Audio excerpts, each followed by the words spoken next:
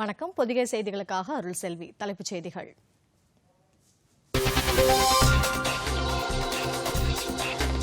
குடியரசுத் தலைவர் ராம்நாத் கோவிந்த் கினி சென்றடைந்தார். அந்நாட்டு அதிபருடன் இருதரப்பு உறவுகள் குறித்து இன்று பேச்சு.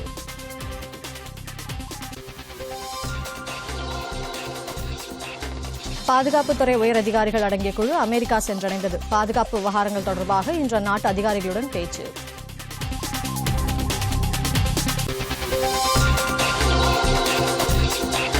பாகிஸ்தான் சிறையில் உள்ள இந்தியர் குல்பூஷன் ஜாதவை தூதரக அதிகாரிகள் சந்திக்க பாகிஸ்தான் தெரிவித்த யோசனை குறித்து இந்தியா ஆலோசனை.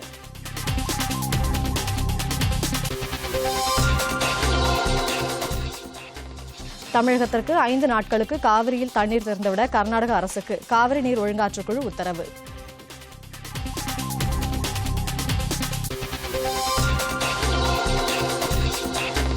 தீவிரவாத இயக்கங்களுக்கு நிதியுதவி செய்வதை நிறுத்துமாறு சர்வதேச நாடுகளின் கோரிக்கையை நிறைவேற்றுமாறு பாகிஸ்தானுக்கு அமெரிக்கா அறிவுரை.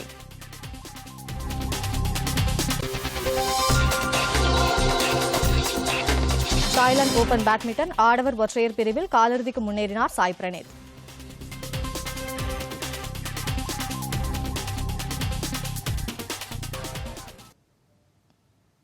விரிவான செய்திகள். மேற்கு ஆப்பிரிக்க நாடுகளில் சுற்றுப்பயணம் மேற்கொண்டு வரும் குடியரசுத் தலைவர் ராம்நாத் கோவிந்த் இன்று கினி சென்றடைந்தார். அந்நாட்டின் விமான நிலையத்தில் அதிபர் அல்பா கோண்டே அவரை அன்புடன் வரவேற்றார். விமான நிலையத்தில் குடியரசுத் தலைவருக்கு அணிவகுப்புடன் கூடிய மரியாதை அளிக்கப்பட்டது. தனது சுற்றுப்பயணத்தின் கடைசி கட்டமாக இந்நாட்டிற்கு ராம்நாத் கோவிந்த் சென்றுள்ளார். முன்னதாக அவர் பெனின் மற்றும் காம்பியா ஆகிய 2 மேற்கு ஆப்பிரிக்க நாடுகளில் சுற்றுப்பயணம் செய்ததோடு அந்நாட்டுடன் இந்தியாவுக்கான உறவுகளை மேம்படுத்தும் வகையில் அந்நாட்டின் தலைவர்களுடன் ஆலோசனை நடத்தினார்.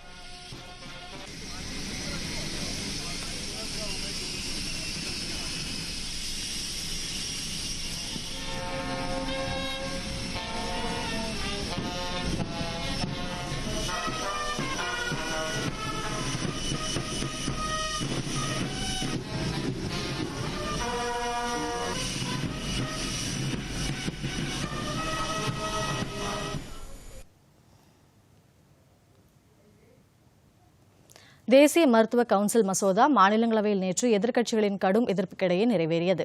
தற்போதுள்ள இந்திய மருத்துவ கவுன்சிலுக்கு பதிலாக தேசிய மருத்துவ ஆணையம் அமைப்பது, மருத்துவ மாணவர்கள் இறுதி ஆண்டில் நெக்ஸ்ட் எனப்படும் தேர்வை எழுத வேண்டும் என்பது உள்ளிட்ட பல்வேறு சீர்திருத்தங்களை உள்ளடக்கிய தேசிய மருத்துவ கவுன்சில் மசோதா ஏற்கனவே மக்களவையில் மத்தியில் நிறைவேறியது.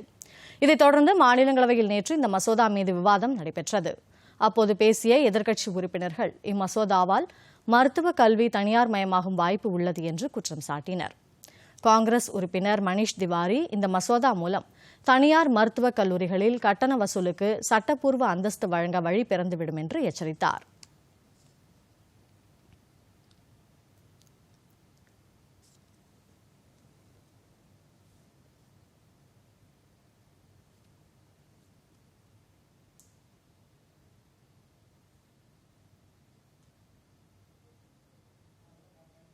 இந்த விவாதத்தின் இடையே விளக்கமளித்த மத்திய சுகாதாரத்துறை அமைச்சர் ஹர்ஷ்வர்தன், தேசிய மருத்துவ கவுன்சில் மசோதா மூலம் மருத்துவ கல்வியில் மிகப்பெரிய மாற்றங்கள் ஏற்படும் என்றும், ஏற்கனவே மக்களவையில் நிறைவேற்றப்பட்டுள்ள இந்த மசோதா மருத்துவத்துறையில் ஊழலை ஒழிக்க வகை செய்யும் என்றும் குறிப்பிட்டார். முன்னதாக இந்த மசோதா மீது திமுக உறுப்பினர் திருச்சி சிவா, மார்க்சிஸ்ட் கம்யூனிஸ்ட் கட்சியின் உறுப்பினர் கே ராகேஷ் ஆகியோர் கொண்டு வந்த திருத்தம் நிராகரிக்கப்பட்டது. அமைச்சர் விளக்கத்திற்கு பின்னர் அஇஅதிமுக உறுப்பினர்கள் அவையிலிருந்து வெளிநடப்பு செய்தனர். நீட் தேர்விலிருந்து தமிழ்நாட்டிற்கு விலக்கு அளிக்க வகை செய்ய வேண்டும் என்றும் அவர்கள் கோரிக்கை விடுத்தனர்.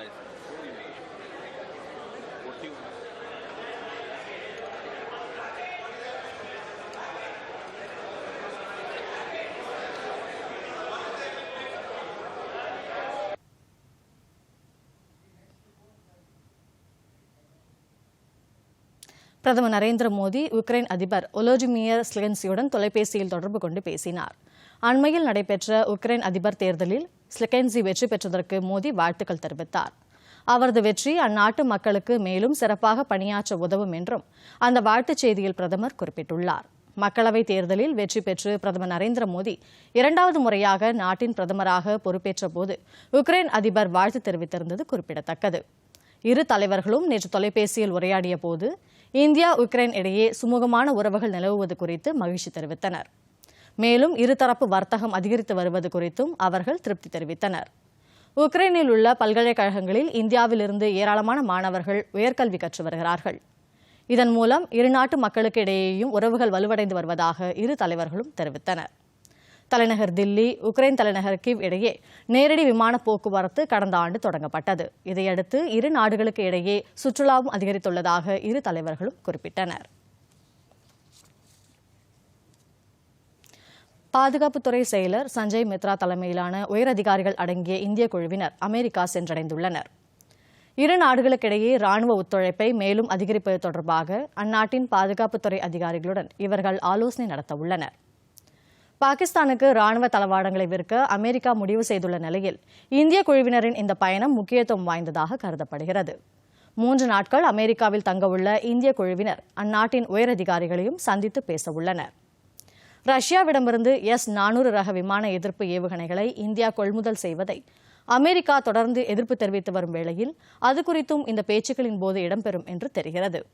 கடந்த ஆண்டு ரஷ்யாவுடன் இந்தியா செய்து கொண்ட ஒப்பந்தத்தின்படி 39,500 கோடி ரூபாய் செலவில் விமான எதிர்ப்பு ஏவுகணைகள் கொள்முதல் செய்ய உள்ளது. இந்திய நலனை கருத்தில் கொண்டு இந்த ஏவுகணைகளை கொள்முதல் செய்வதாக ஏற்கனவே இந்தியா அமெரிக்காவிடம் தெளிவாக கூறிவிட்டது.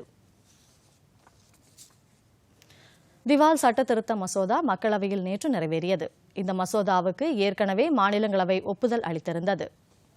மசோதா மீதான விவாதத்திற்கு பதிலளித்து பேசிய நிதியமைச்சர் நிர்மலா சீதாராமன், திவாலாகும் நிறுவனங்களுக்கான தீர்வு நடவடிக்கைகளை மேற்கொள்வதற்குரிய விண்ணப்பத்தை தகுந்த நேரத்தில் அளிப்பது, கடன் கொடுத்தோருக்கான பணத்தை திருப்பி செலுத்துவதற்கான நடைமுறைகள் என திவால் சட்டத்தின் பல்வேறு விதிகள் இந்த சட்ட திருத்தத்தின் மூலம் தெளிவுபடுத்தப்பட்டுள்ளது என்றார்.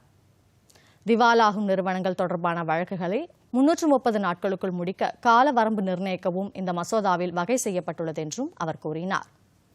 நிதி நெருக்கடியில் சிக்கும் ஒரு நிறுவனத்தை கலைத்துவிட வேண்டும் என்ற நோக்கத்தில் இந்த சட்டம் கொண்டுவரப்படவில்லை என்றும், பிரச்சினைக்கு தீர்வு காண உரிய வழிகளை தேடவே இந்த மசோதா கொண்டுவரப்பட்டுள்ளது என்றும் அவர் கூறினார்.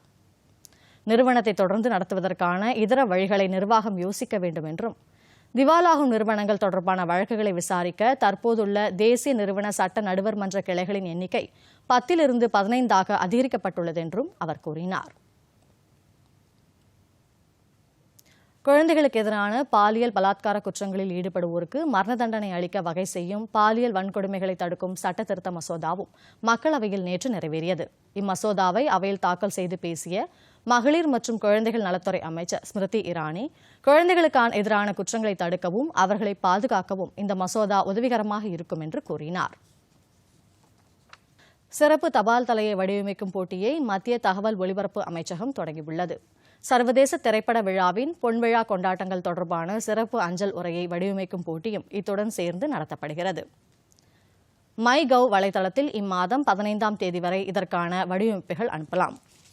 தேர்ந்தெடுக்கப்படும் படைப்புகளுக்கு சான்றிதழ்கள் வழங்கப்படும். மேலும் கோவாவில் நடைபெறவுள்ள சர்வதேச இந்திய திரைப்பட விழாவில் பங்கேற்க அனுமதி அளிக்கப்படுவதோடு அந்த விழாவிற்கு செல்வதற்கான பயண ஏற்பாடுகள் மற்றும் தங்குமிட வசதிகள் இலவசமாக செய்து தரப்படும். இந்த திரைப்பட விழாவை மத்திய தகவல் ஒலிபரப்பு அமைச்சகத்தின் திரைப்பட விழா இயக்குநரகம் மற்றும் கோவா பொழுதுபோக்கு கழகம் இணைந்து நடத்துகின்றனர். தபால் தலை மற்றும் சிறப்பு அஞ்சல் உரை வடிவமைக்கும் போட்டியில் பங்கேற்க விரும்பும் நபர்கள் www.mygov.in என்ற வலைதளத்தின் மூலம் விண்ணப்பிக்க வேண்டும். இந்தியா மற்றும் சர்வதேச திரைப்பட விழா கோவாவில் இந்த ஆண்டு நவம்பர் மாதம் 20ஆம் தேதி முதல் 28ஆம் தேதி வரை நடைபெறவுள்ளது. தீவிரவாதிகளுக்கு நிதியுதவி செய்தல் மற்றும் சட்டவிரோத பண பரிமாற்ற வழக்கில் காஷ்மீரை சேர்ந்த வர்த்தகர் சுகூர் வட்டாலியின் 1,73,00,000 ரூபாய் மதிப்புள்ள சொத்துக்களை அமலாக்க இயக்குநரகம் முடக்கியுள்ளது. சட்டவிரோத பண பரிமாற்ற சட்டத்தின் கீழ் சுகூருக்கு சொந்தமான 1,48,00,000 ரூபாய் மதிப்புள்ள அசையும் சொத்துக்களையும் தில்லியில் உள்ள ஜம்மு காஷ்மீர் வங்கியின் கிளையில் சுகூர் குடும்பத்தினர் வைத்திருந்த 25 லட்சம் ரூபாய் வைப்பு தொகையையும் முடக்கும் உத்தரவும் பிறப்பிக்கப்பட்டுள்ளதாக அமலாக்க இயக்குநரகம் கூறியுள்ளது. லஷ்கர் தொய்பா தீவிரவாத அமைப்பின் தலைவர் ஹபீஸ் சயீதுக்கு எதிராக தேசிய புலனாய்வு முகமை நடத்திய விசாரணையின் தொடர்ச்சியாக இந்த நடவடிக்கை எடுக்கப்பட்டுள்ளது. இது தொடர்பாக குற்றப்பத்திரிகையையும் அமலாக்க இயக்குநரகம் தாக்கல் செய்துள்ளது. தேசிய புலனாய்வு முகமை பதிவு செய்த வழக்கில் தற்போது சுகூர் வட்டாலி தில்லி திகார் சிறையில் அடைக்கப்பட்டுள்ளார் என்பது குறிப்பிடத்தக்கது.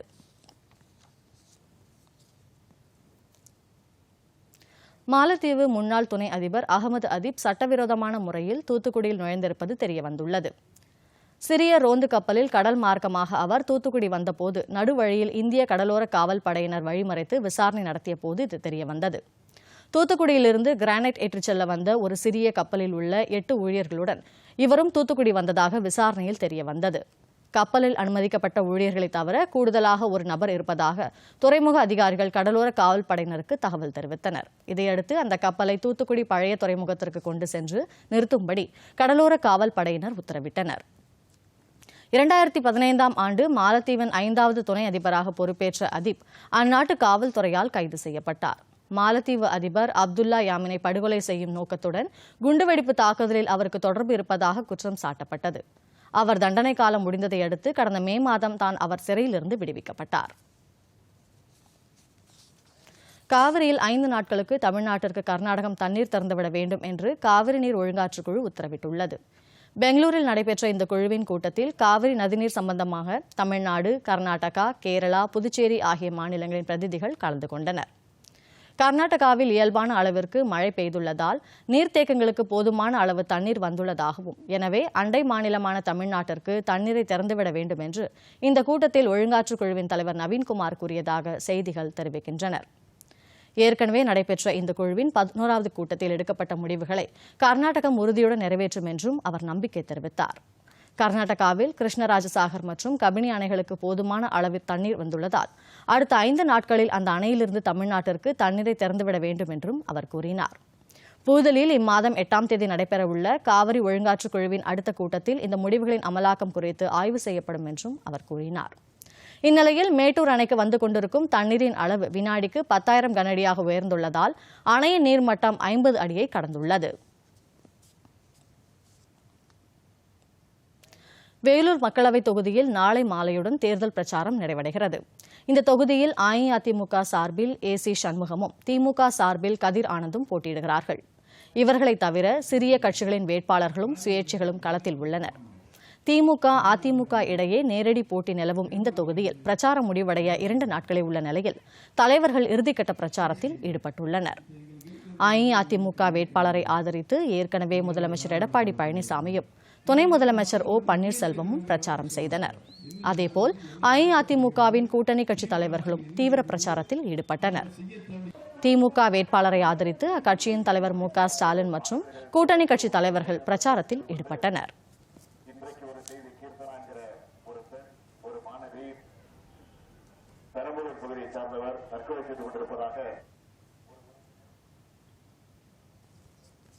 இனி வருவது விரைவுச் செய்திகள்.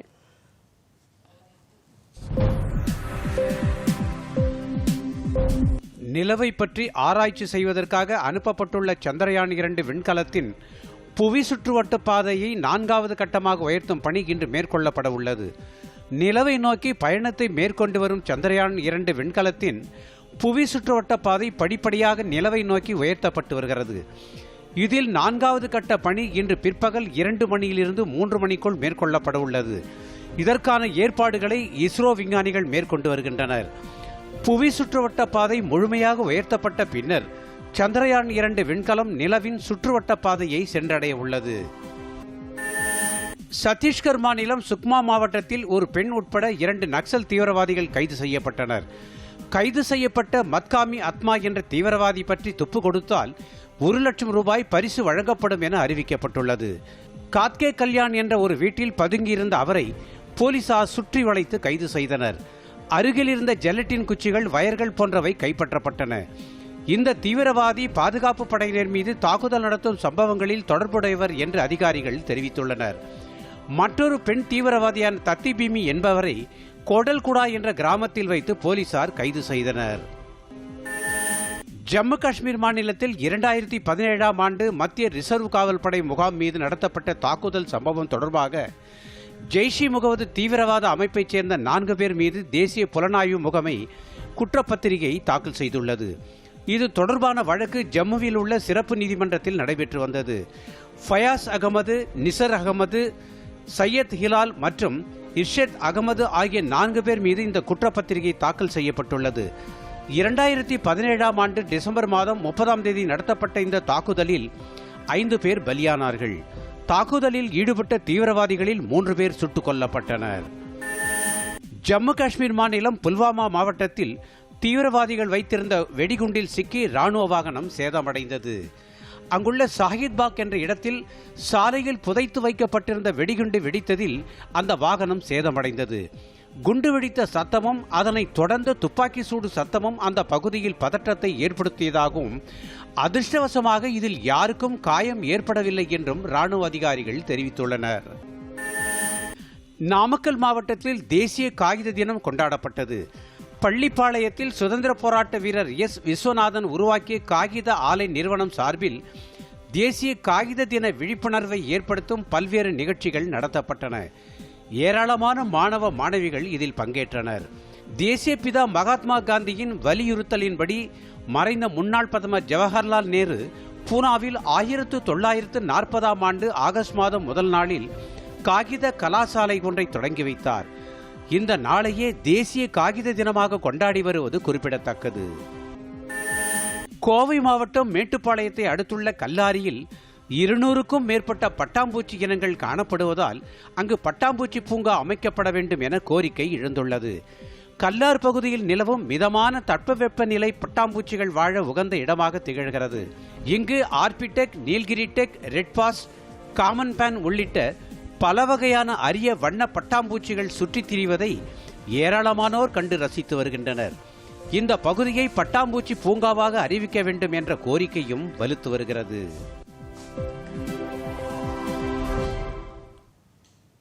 அடுத்து வருவது உலகச் செய்திகள்.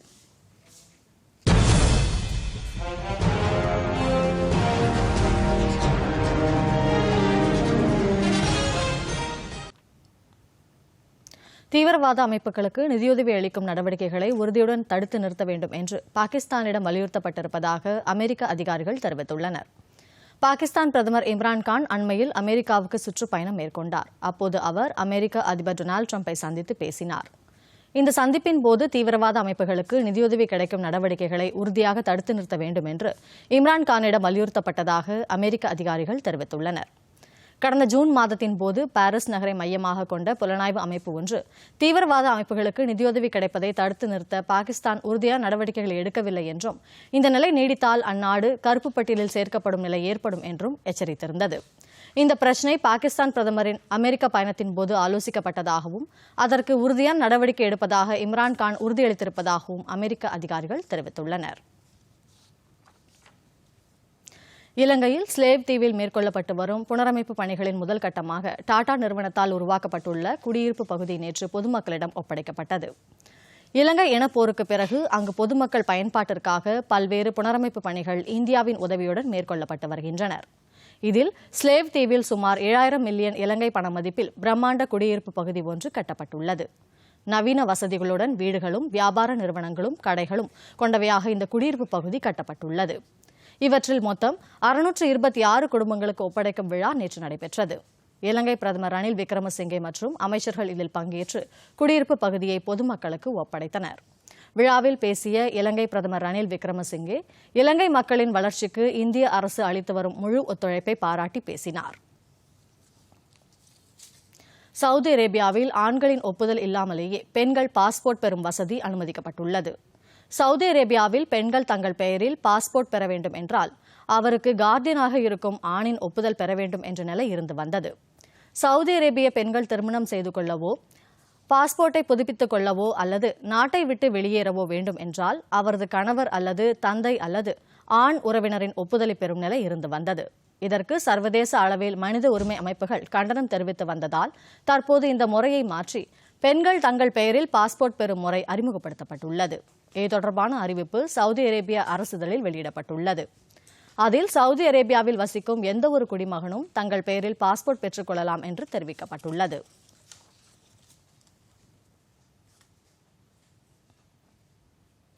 அடுத்து வருவது விளையாட்டுச் செய்திகள்.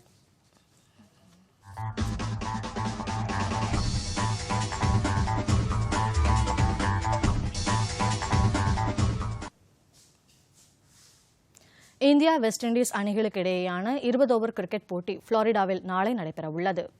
அமெரிக்கா சென்றுள்ள இந்திய கிரிக்கெட் அணி வெஸ்ட் இண்டீஸ் அணிக்கு எதிரான 3 போட்டிகள் கொண்ட 20 ஓவர் போட்டித் தொடரில் பங்கேற்கிறது. அடுத்த ஆண்டு 20 ஓவர் கிரிக்கெட் உலகக்கோப்பை தொடர் நடைபெற உள்ளதால் அதற்கு தயார் செய்யும் விதத்தில் இந்திய அணி இந்த போட்டித் தொடரில் பங்கேற்கிறது. இரு அணிகளும் பங்கேற்கும் முதல் போட்டி நாளை புளோரிடாவில் நடைபெற உள்ளது. இரண்டாவது போட்டி ஆகஸ்ட் 4ஆம் தேதியும் மூன்றாவது போட்டி ஆகஸ்ட் 6ஆம் தேதியும் நடைபெற உள்ளது.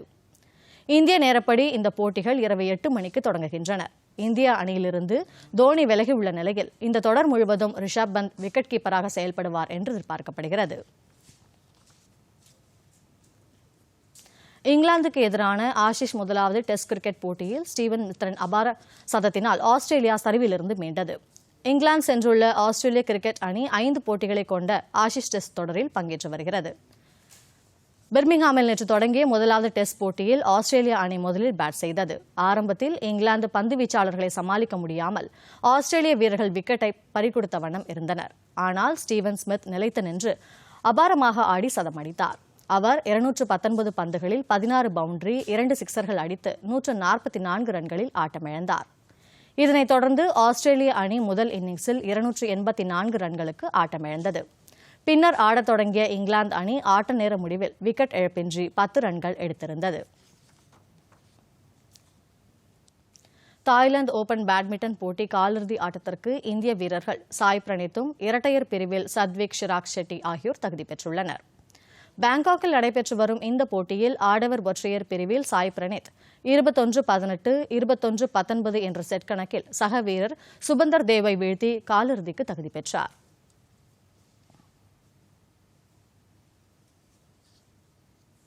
மகளிர் ஒற்றையர் பிரிவில் நட்சத்திர வீராங்கனை சாய்னா நேவால் 21-16, 11-21, 14-21 என்ற செட் கணக்கில் ஜப்பான் வீராங்கனை சயாடா காஷியிடம் தோல்வியுற்று வெளியேறினார். இரட்டையர் பிரிவில் இந்தியாவின் சத்விக் ஷிராக் இணை 21-17, 21-19 என்ற செட் கணக்கில் இந்தோனேஷியாவின் பஜார் அட்ரியெண்டோ இணையை தோற்கடித்து காலிறுதிக்கு தகுதி பெற்றனர். புதுதில்லியில் நடைபெற்று வரும் சர்தார் சஜன் சிங் ஷேத்தி நினைவு துப்பாக்கிச் சுடும் போட்டியில் இந்தியாவின் அஸ்வரி பிரதாப் சிங் தோமர் தங்கப்பதக்கம் வென்றார். மத்திய பிரதேசத்தைச் சேர்ந்த 18 வயதான இவர் இறுதிப் போட்டியில் 459.9 என்ற புள்ளி கணக்கில் வென்று தங்கப்பதக்கத்தை தட்டிச் சென்றார். இனி தொடர்வது வானிலை.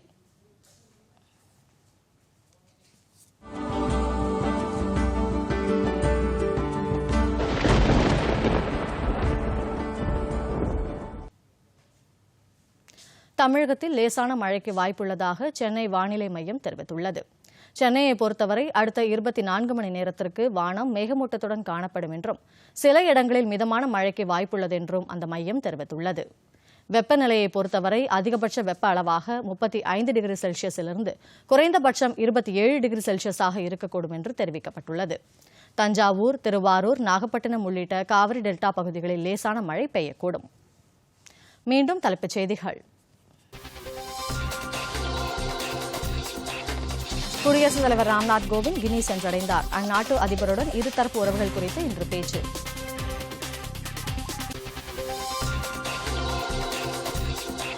பாதுகாப்புத்துறை உயரதிகாரிகள் அடங்கிய குழு அமெரிக்கா சென்றடைந்தது. பாதுகாப்பு விவகாரங்கள் தொடர்பாக இன்று அந்நாட்டு அதிகாரிகளுடன் பேச்சு.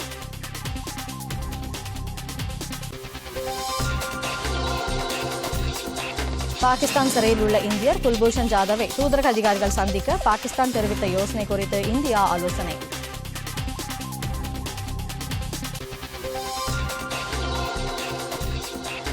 தமிழகத்திற்கு 5 நாட்களுக்கு காவிரியில் தண்ணீர் திறந்துவிட கர்நாடக அரசுக்கு காவிரி நீர் ஒழுங்காற்றுக்குழு உத்தரவு.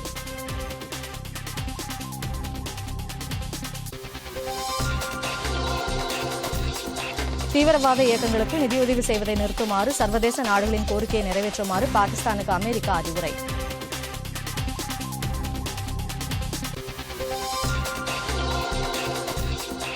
தாய்லாந்து ஓபன் பேட்மிண்டன் ஆடவர் ஒற்றையர் பிரிவில் காலிறுதிக்கு முன்னேறினார் சாய் பிரணீத்.